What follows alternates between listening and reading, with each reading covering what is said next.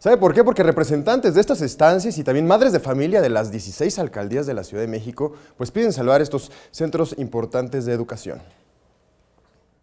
Responsables de estancias infantiles de las 16 alcaldías de la Ciudad de México y madres de familia solicitaron al presidente Andrés Manuel López Obrador que presente la lista de las 300 estancias con irregularidades y que se investigue a los responsables.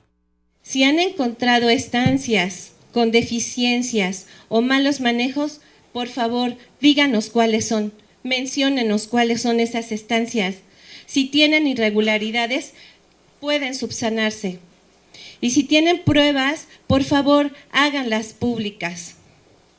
Las 9,500 estancias del país, eso es lo que estamos pidiendo. Que se haga una buena investigación de ellas para que ustedes se puedan dar cuenta de realmente el trabajo que venimos realizando. Las responsables señalaron que 18,000 niños de las 593 estancias de la Ciudad de México están en riesgo de truncar su educación de primera infancia. Señalaron que 50% de los niños que acudían a las estancias infantiles subsidiadas por la Secretaría de Desarrollo Social han dejado de asistir debido a la falta de recursos. El programa manejaba una población de 323,000 niños. A partir de diciembre se nos dejó de pagar. Nuestros padres no pueden pagar esas cuotas, a pesar de que nosotros hemos tratado de mantenerlos a flote, o sea, de estar vivas porque estamos trabajando, no hemos dejado de trabajar. Te puedo asegurar que la deserción en nuestras estancias es más de un 50%.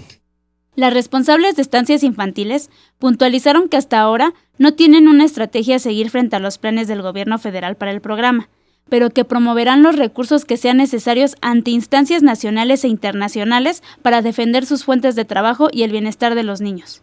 Con imágenes de Joel Arias, Gloria López, 21 Noticias.